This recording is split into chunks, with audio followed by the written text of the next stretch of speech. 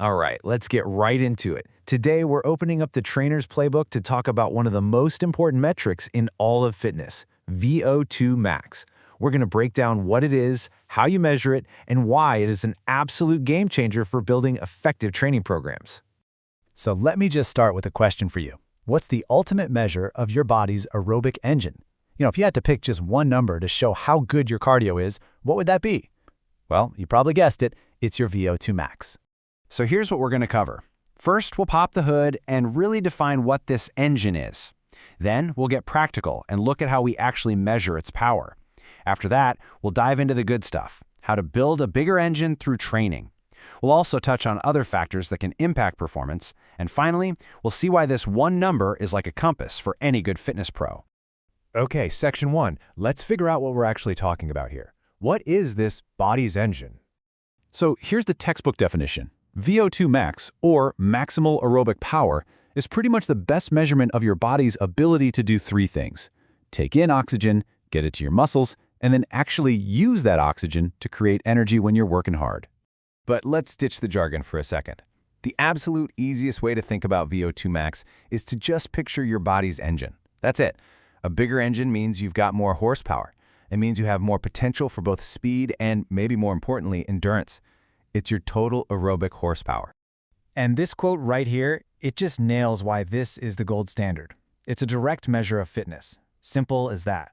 The more oxygen you can take in and use, the more efficient your body is, and that translates directly to better performance in pretty much any activity that lasts more than a couple of minutes. Okay, so let's move on. How do we turn this concept into a real, tangible number we can work with? How do we take it from the science lab and bring it into the gym? Now, the most precise way to measure VO2 max, well, it involves a lab, a treadmill, a whole bunch of fancy equipment, and a mask on your face. It's not exactly practical for most people, and it's definitely not cheap. So in the real world, trainers like us rely on what are called submaximal tests to get a really solid prediction. And one of the most popular and reliable tests out there is the YMCA cycle ergometer test. It's a fantastic tool, mainly because it's safe, the equipment is pretty common, and it gives us exactly the data we need to start building a smart program. Now, to do this test right, you gotta be prepared. Obviously, you need the bike, the cycle ergometer. But just as important are the tools you use to see how the client is responding. You need a metronome to keep the pace steady, and of course all the gear to track heart rate and blood pressure accurately. The test itself happens in stages. The client keeps a constant pedaling speed, right? 50 RPM. And every 3 minutes, the trainer bumps up the resistance. The key thing here is watching that heart rate. The way the heart rate climbs with the workload lets us plot out a line and predict their maximum capacity, all while stopping safely before they actually hit their absolute limit. All right, so we've got a measurement for the engine. Now for the really fun part. How do we build a bigger one? Let's get into it.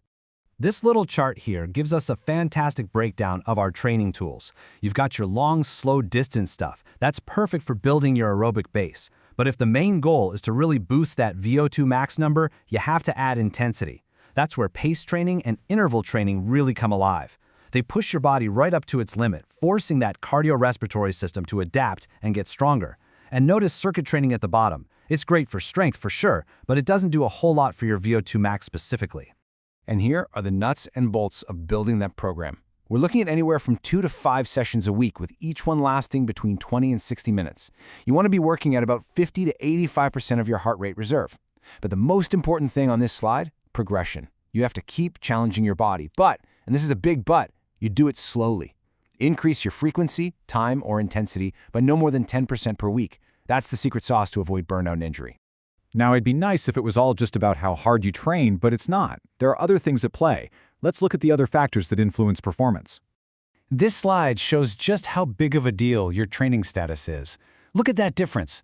Someone who is untrained hits that wall, that lactate threshold where fatigue really kicks in, at a pretty low percentage of their max. But a well-trained athlete, they can cruise at a much higher intensity before they even get close to that same point. That's a direct result of consistent, smart training. And yeah, of course, there are other factors. Your genetics kind of set your ultimate potential ceiling.